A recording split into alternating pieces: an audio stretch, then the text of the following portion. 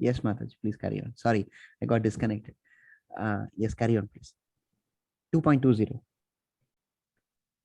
Should I read again? Yes, Mataji, please. न जायते म्रियते वा कदाचित् नायं भूत्वा भविता न वा न भूयः अजो नित्यः शाश्वतोऽयं पुराणो न हन्यते हन्यमाने शरीरे. For the soul, there is neither birth nor death at any time. He has not come into being, does not come into being, and will not come into being.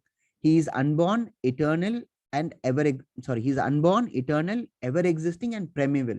He is not slain when the body is slain, right? So that is what Krishna means when he tells Arjuna that you are only going to deal with the body, you're not going to deal with the soul. Therefore, your compassion, Krishna says, is misplaced, right? Right. So let's proceed to the next look. 2.23.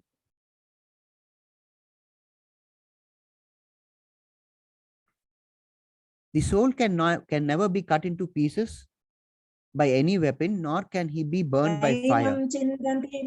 शास्त्राणि नैनं दहति पावकः न चैनं क्लेदयन्त्यापो न शोष्यति मारुतः.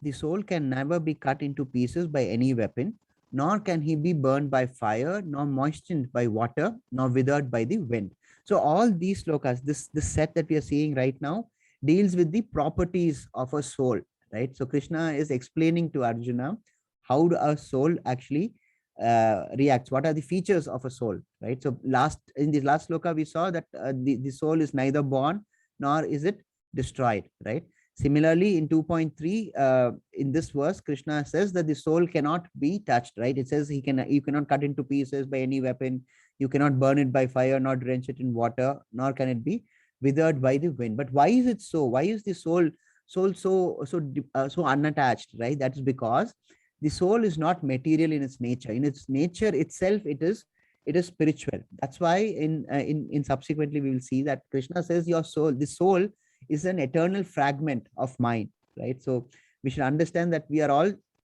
small pieces of divinity, right? Because Krishna says in the Bhagavad Gita that we are all eternal fragmental parts of Krishna. The difference is in the quantity, not the quality, right? But anyway, that's a story for another day. Okay, right. So that was the first answer. So Krishna says your compassion is misplaced because you're now going to deal only with the body and not the soul. So that takes care of the first question that Arjuna poses, right?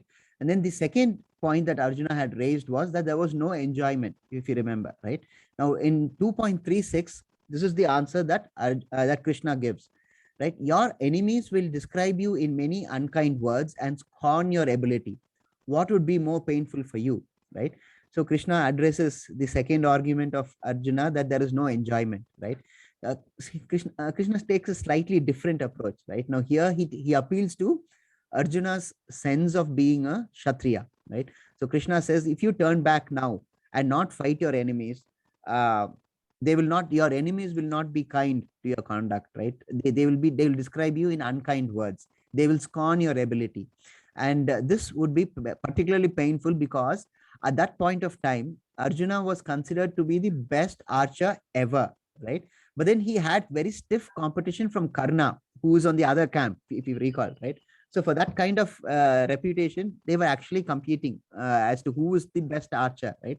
So Krishna says, in that sort of a circumstance, Krishna asks Arjuna, what would be more painful for you? Would you be able to take the unkind words of your enemies, right? Krishna wants Arjuna to understand that the Kauravas are not going to say, thank you, Arjuna, for not killing us, right? They are going to berate him, right? And if he turns back without fighting, they will describe him as a coward and a failed Kshatriya, right? Krishna says that they are going to mock you. And the point that is being driven home is that you will have to live by your dharma as being a Kshatriya, right? So because if people start mocking you like this, it is anyway going to kill you, right? So that's what Krishna takes the conversation towards, right? So that is 2.36. Let's see the next verse. Now, in this, Krishna explains the concept further, right? Now, he tells Arjuna that, okay, this is, we are going to see, this is 2.37 actually. That's sloka is in the next slide. I'll just give you a brief introduction. This is the third reason where Arjuna says that he has no enjoyment, right? So Krishna says either you're going to die on the battlefield, if you're going to wage war, either you're going to die on the battlefield, and there is enjoyment waiting for you in heaven because you have discharged your dharma as a Kshatriya. On the other hand, if you win the war, the kingdom which is rightfully yours, you are going to rule, right? So either way, there is going to be enjoyment, right? So Krishna says either way, you're going to be benefited. Therefore, Krishna tells Arjuna to stand up and fight. Tashmat Uttishta Kaunteya Vidyaya Krishna Nishchaya, right? So that's the next verse, I think, 2.37. Yeah. Yes, Mataji, Hare Krishna.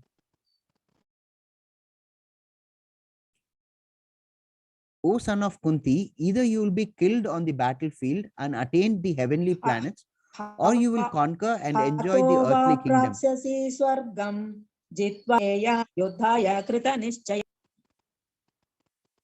Thank you. O son of Kunti, either you will be killed on the battlefield and attain the heavenly planets, or you will conquer and enjoy the earthly kingdom. Therefore, get up and fight with determination. Right? That's the verse that I just referred to, right? Tasmat Uttishta Kaunteya. Therefore, get up, Arjuna, he says, and fight with the firm determination. Right? This is the call for action, right? This becomes relevant in the next chapter, right? Why this Bhagavad Gita continues for another 16 chapters is because of the doubt that Krishna gets from this verse, that Arjuna gets from this verse, right? Because the next chapter takes off from here, from this verse. So please keep this in mind. We will deal with this tomorrow. Okay. Right. So let's proceed further. Now, so two aspects have been dealt with. The next ground that Arjuna had stated was the fear of sinful reactions, right? So after addressing Arjuna's point on there being no enjoyment in fighting with his relatives, Krishna moves on to answer the next point of Arjuna, which is fear of sinful reactions. Now this is dealt with in verses 2.38 to 2.53, right? Now in brief, the reply is this, right? In just one sentence. For anything done in devotional service, there is no sin, right? Now what is devotional service? Devotional service means any service which is done for Krishna under the supervision of a spiritual authority, such as a bona fide guru, right? So it's not a service as per your own criteria, right? Not a concoction of your mind. For example, I'll give you two examples here. Vibhishna here. Vibhishna is the younger brother of Ravana, right? But then he sided with Rama. I'm sure you'll all know broadly the story of Ramayana, right? Again, another where Rama has to go and rescue his wife from Ravana. Ravana's brother was Vibhishna, right? Now Vibhishna knows that what Ravana did was adharma, correct? So he sided with Rama. Superficially, if you see, you can understand this like a younger brother has sided with someone who wants to kill the elder brother, right? And in that way, you can find fault with Vibhishna. Similarly, take Hanuman as an example, right? Now, Hanuman was caught when delivering his message to Sita, right, at Lanka, the Ashoka Van at Lanka, right? So Ravana wanted to have him executed, but then advisors of Ravana said that he is only a messenger and therefore it's not dharma to execute him. So what Ravana did, he lit fire to the tail of Hanuman, right? And what did Hanuman do? He went all around Lanka, putting the entire city to flames, right? Now, again, superficially, if you see, it doesn't seem to be proportionate because he only the tail of one person was put on fire, right? But then the entire city burned for that. And there was only one person responsible for that, who was Ravana, right? Now, in both these cases, what had happened was that in the course of service to the Lord, right? So therefore, it was not wrong or sinful, right? So in this war, just like in the previous verse, Krishna is asking Arjuna to stand up and fight. And so when you're carrying out the instructions of the Supreme Personality of Godhead, there cannot be any sin attached to the doer, correct? So when God is telling you to do this or do that, then even if there is, even if you perceive, even if you think that there may be some sin attached to it, Krishna clarifies that there is no sin which is attached to devotional service. Now, what is where do you get it from this, that what does God ask us to do, right? Dharmam tu sakshat bhagavat pranitam, right? So dharma is what God says it is. And where do you get all that information from? You get that information from the Vedas, the Dharma Shastras, the Vedic scriptures, basically, right? So it's from all those that we have to understand what God wants us to do, right? So it's also another important aspect which has to be kept in mind, is that we should not interpret all these by ourselves, right? It's not just you read something and you understand. You have to take up the study of the Vedic scriptures through a bona fide spiritual guru. Now you have, you're all school going, college going people, right? So you all have teachers in class, right? Now, do you think without those concepts being explained, let's take chemistry for example, a tough subject, right? uh, would it be able to just read through the text in the textbook and just understand? It's not easy like that, right? You need someone to explain the meaning behind it. You need someone who is more experienced, who's been in the field, to explain the concepts and make you understand, right? That is only with regard to skills. Avidya is called, actually. Vidya is what we learn in the Vedic sciences, right? The Vedic scriptures. We will again deal with in chapter 5, I think. So the distinction between Vidya and Avidya. But just as an example, I'm telling you, right? It's just like in your school and your colleges, you have a teacher. It's just like that. You just cannot read through the Vedic text and understand what God wants you to do. You need to have a spiritual master for that. And that is why a spiritual master is given such a huge importance in our culture, right? And another thing that I wanted to mention in this sloka was this final last two lines, which says, and even a little effort saves one from great danger, right? So in 2. Sorry, this is verse number 2.38, I think. Yeah. So this is verse 2.40, sorry. So 2.40 reads, working in this state of consciousness, there is no loss or adverse result, and even a little effort saves one from great danger, right? So Krishna says, all you have to do is swalpamasi, right? That's little effort. That little effort will give you great advancement, right? It will give you great advancement, sufficient to save you even from great danger. So we have to take that first step, right? And you all have taken the first step because you have joined this class. You wanted to understand the Bhagavad Gita. So this will take you on a larger path, right? So that is what Krishna says in so far as sinful reactions, the ground of sinful reactions is considered. Krishna says short answer is that you should not be worried about sin when you are engaged in devotional service. When you're doing what God wants you to do, then you should not be worried about sinful reactions. But then does that mean that you will do whatever you want? No, that is why this role of the spiritual master comes into limelight. That's where he becomes important, because he is the one who tells this is what God means when he says this in the scriptures. Correct? So let's examine the next sloka, which is 3.24. This is actually in the next chapter, but if it's brought here so that it forms one set, right? So that's continuation. This is 3.24. If I did not perform prescribed duties, all these words would be put to ruination. I would be the cause of creating unwanted population, and I would thereby destroy the peace of all living beings. Right now, this is, of course, obviously in reply to Arjuna's fourth ground, right, which was destruction of family dynasty. Right now, Krishna says that Krishna says that he is beyond material nature, right? And so no work has actually been allotted to him because he is the creator, right? Yet he continues to do his work, because if he does not, then the world comes to an end. Now, Krishna says, I have set an example to the world to follow, right? No, similarly, if you do not set an example, people who take you as an example will not perform their duties, right? So Krishna is basically asking Arjuna to do his duty as per his dharma, that if he does his duty as per his dharma, then everything else is taken care of, right? So that is the ground that the answer that Krishna gives for this ground of destruction of family dynasty, right? And the last ground that Arjuna stated yesterday was indecision, correct? So 2.41, those who are on this path are resolute in purpose, and their aim is one. O beloved child of the Kurus, the intelligence of those who are irresolute are many branch. Again, another life lesson here, right? So this chapter is full of life lessons. Very, very much applicable to today's day and age also, right? Sometimes we proudly proclaim that I'm very good at multitasking, right? For mundane things, it's okay, right? Like you can do two, three things at the same time. That's what is multitasking. I'm sure you all know that, right? So for mundane things like you want to walk your dog and you want to hear music at the same time, that's fine. That's okay because it's a mundane thing. It doesn't require any big application of mind, right? But then when on you're on this path, so Krishna says when you're on this path, what does this path here mean? He means on the spiritual path, right? So when you're on this path, you should be resolute in your purpose. There is no multitasking allowed. Okay. So when you're attending class, you have to attend class properly. There should be no distractions. So the 1 hour that we spend in the morning, it should be devoted exclusively for this purpose. Correct.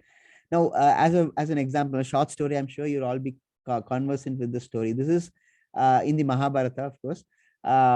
Dronacharya wants to test his disciples' focus, right? So he hangs a bird in a tree and he calls all of his disciples and asks them to aim at the bird, right? Once they aim at the bird, he asks them, what is it that you see?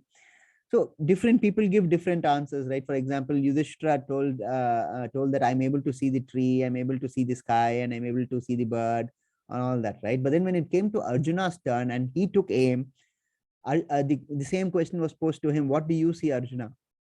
And Arjuna said, I see only the bird, right?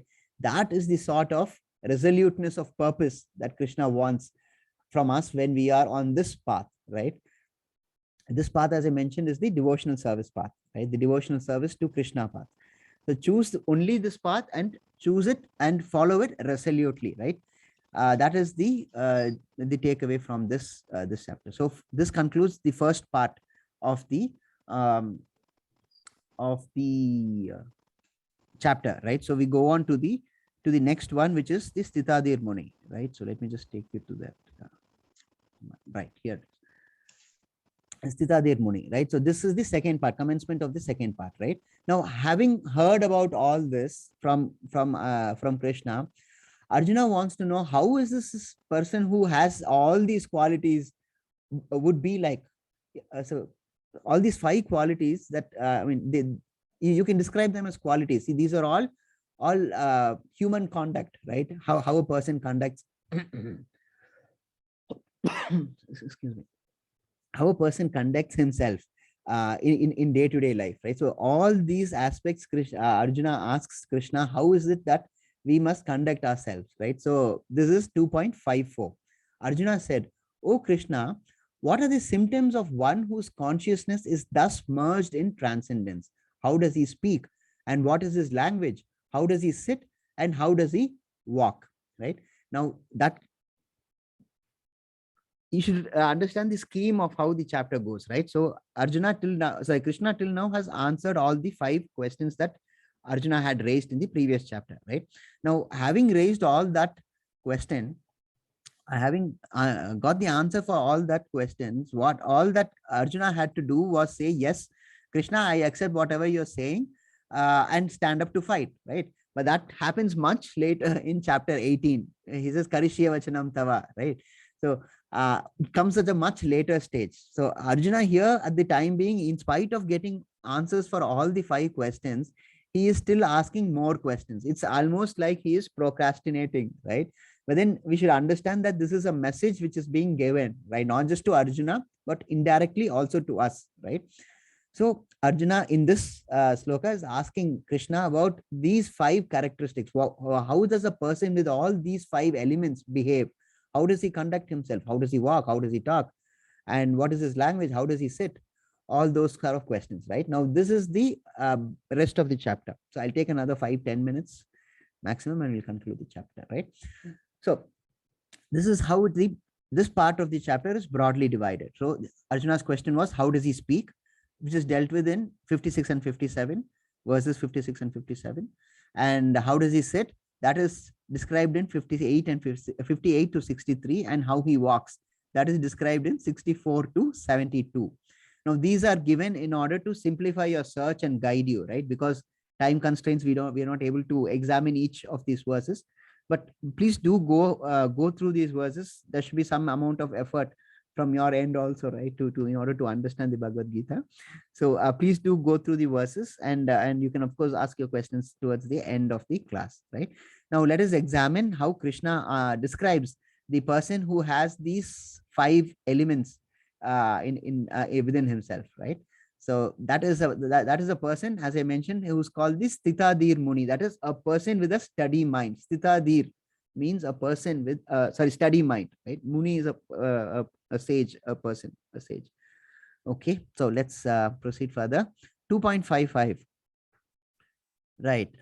The blessed Lord said, O Partha, when a man gives up all varieties of sense desire which arise from mental concoction, and when when his mind finds satisfaction in the self alone, then he is said to be in pure transcendental consciousness.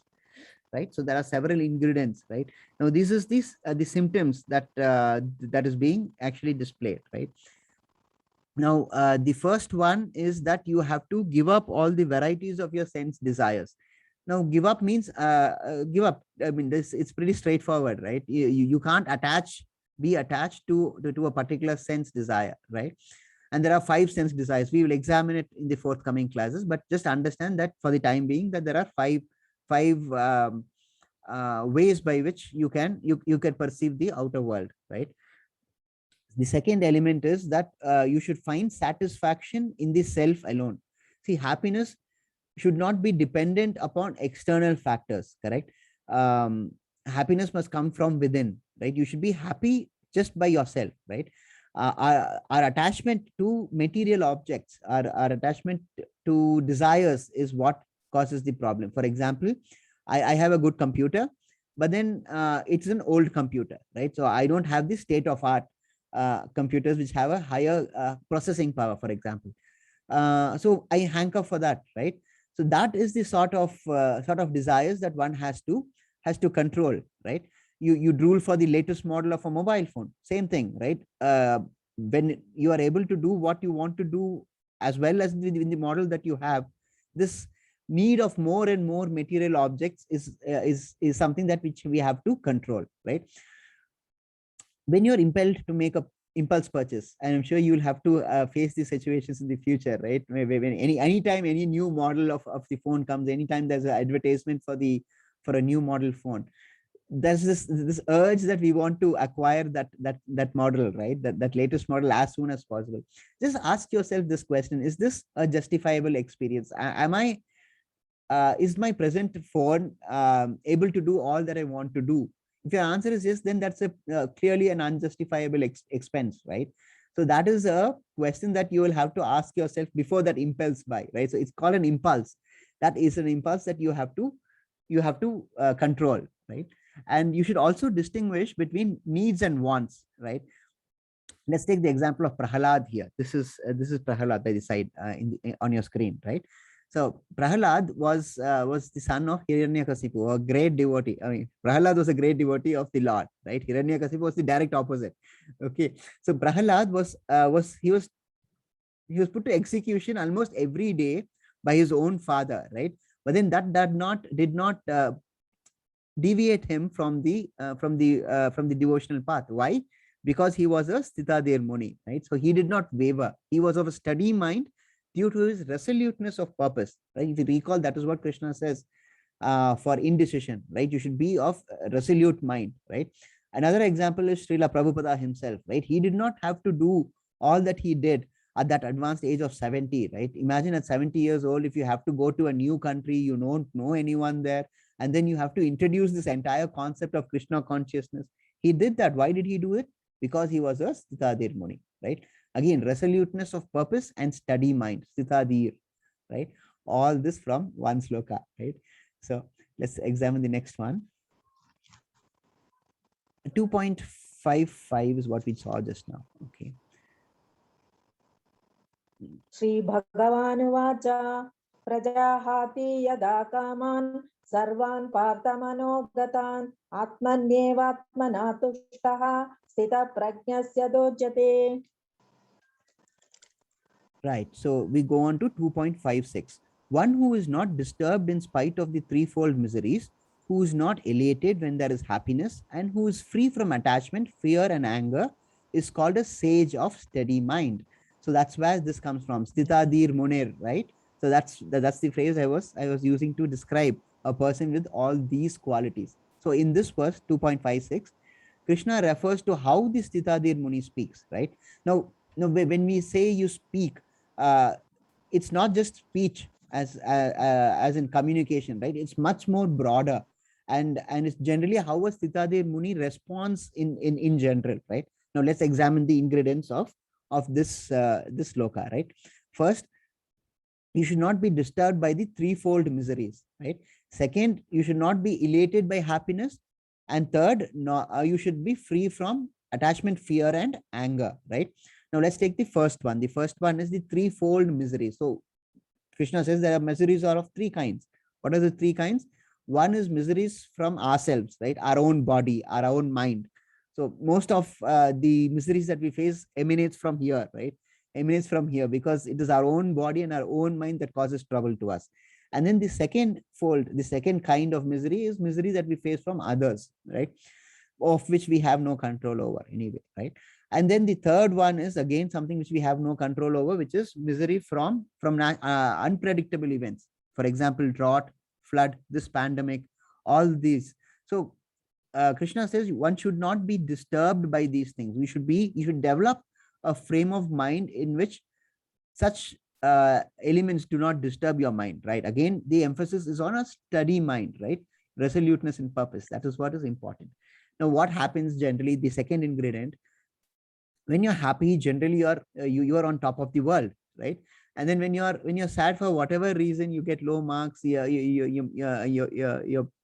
parents scold you, something happens, you're not on good terms with your friends, you fought with your friend for some reason, you are you are sad, right? And then you shouldn't be at the depth of despair, right? So again, the emphasis is on stitadir, steady mind. You should not be on the top of the world when there is happiness, nor should you be at the bottom when you're sad, right? So you should be on a level playing field.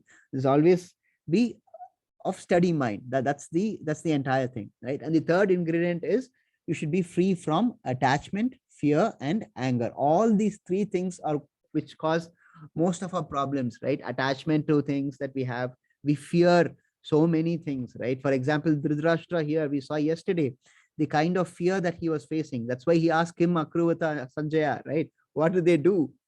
Sanjaya having assembled to fight. Why is it that they have not started fighting yet? Because he was afraid that they may not fight, right? And then we have anger. Anger is, this is just too basic to be explained, right? Anger, we do so many stupid things when you're angry, right? And then you regret it later. So we should be free from these things. So this is how a Sitadir Muni conducts himself, correct? And let's just proceed another few more verses. This is 2.58. One who is able to withdraw his senses from sense objects as the tortoise draws its limbs within the shell is firmly fixed in perfect consciousness. So here, it's about how this person sits, right? So how does the Sitadir Muni sit? He is able to withdraw his senses from the sense objects like a tortoise, right? It gets what it wants, but then it withdraws inside its shell, right? So a person of steady mind is supposed to be of this world, but still not a part of this world, right? The example which is given is the lotus leaf, a water droplet on a lotus leaf, right? Now that slides off very easily, right? It's not attached to the lotus leaf in any way or manner, correct? So that is the example that is given here. Here it is the tortoise. Chapter 5, we see about this lotus leaf also. Okay, so how does he walk? A person free, this is 2.64.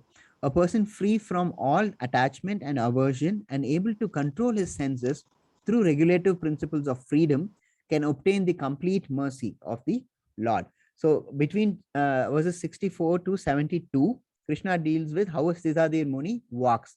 Now again, as I mentioned, walk here just does not mean the act of walking, putting one step in front of another. It means conduct.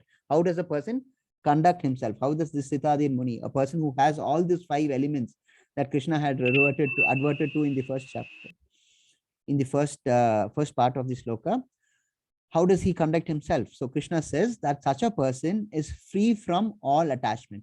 throughout the Bhagavad Gita, you will find this sentence that one should be free from all attachment.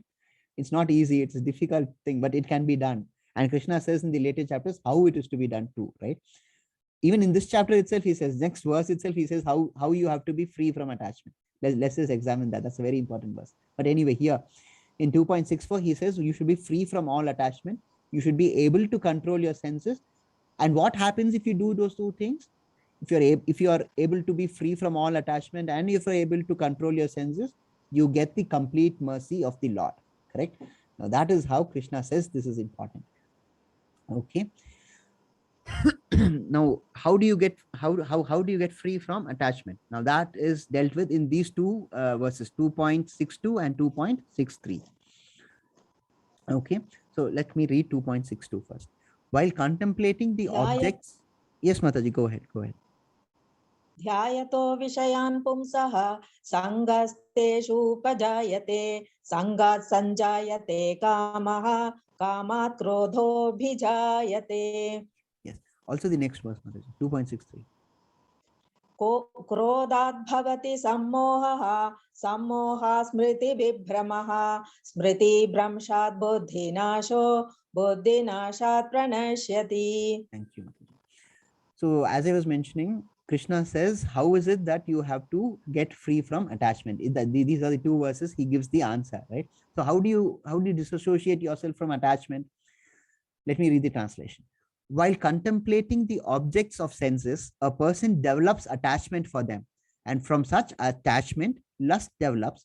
And from lust, anger arises.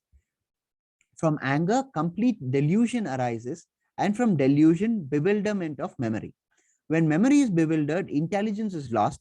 And when intelligence is lost, one falls down again into the material pool, right? So this picture you see to your right is pretty self-evident, right? The plot of so many movies. Boy sees girl, girl sees boy, they like each other, they fall in love. There is so much attachment, lust develops, but then for some reason or the other, they have a falling out. And then this lust quickly changes to anger. And once it changes to anger, misery follows. And this is the plot of so many stories, right, that we have seen. We've read also take Shakespeare's books, you take any of today's contemporary fiction. This is a very famous storyline, right? See, but then we have to understand, this is a picture which is used to explain just for the understanding the concept. But in the Vedic literature, lust does not just mean the attraction to the opposite gender, correct? It is much more broader than that. It is senses which demand satisfaction, right? So any sense which demands satisfaction, for supposing you have this intense craving for having pani puri, that is also lust, right? Because you want to satisfy this tongue, right? So that is also considered to be lust in the Vedic literature, right? This is from Chaitanya Charitamrita, Adi Leela, Atma Indriya Trupti Vancha Tarunam Kam. That means the desire to satisfy one's senses is kama, right? Now, what Krishna says in this is your first state of mind, your first point is when you start to contemplate about the object of the senses, right? That is the first step in which you develop your attachment. Okay, now that contemplation, that thinking of that sense object develops into attachment. For example, the pani puri that I gave you, you first think about it, right? Or you think, oh, that is the shop that I go to. Oh, he puts all those ingredients into that into the pani puri, right?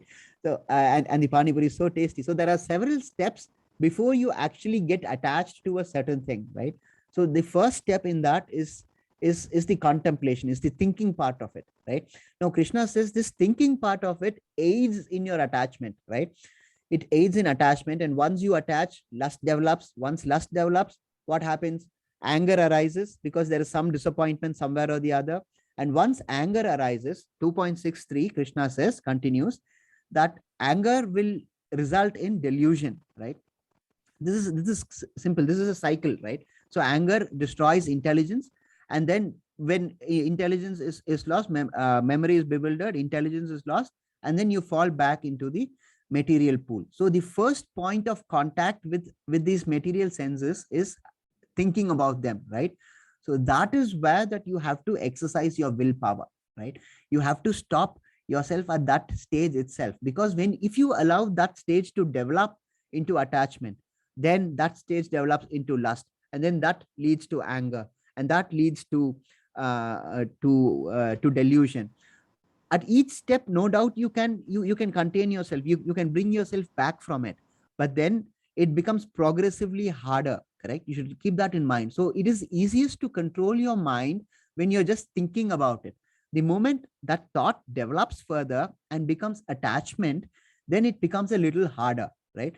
And then once that attachment develops into lust, it becomes still more harder, right? So on and so forth, right? Till you fall back into the material pool, right? Therefore you should nip it in the bud. So that's the most important thing that you should take away from this. Let me explain this way by way of a chart, right? Now this is the object of the senses, right? Now this object of the senses go to attachment. Attachment leads to lust. Lust leads to anger.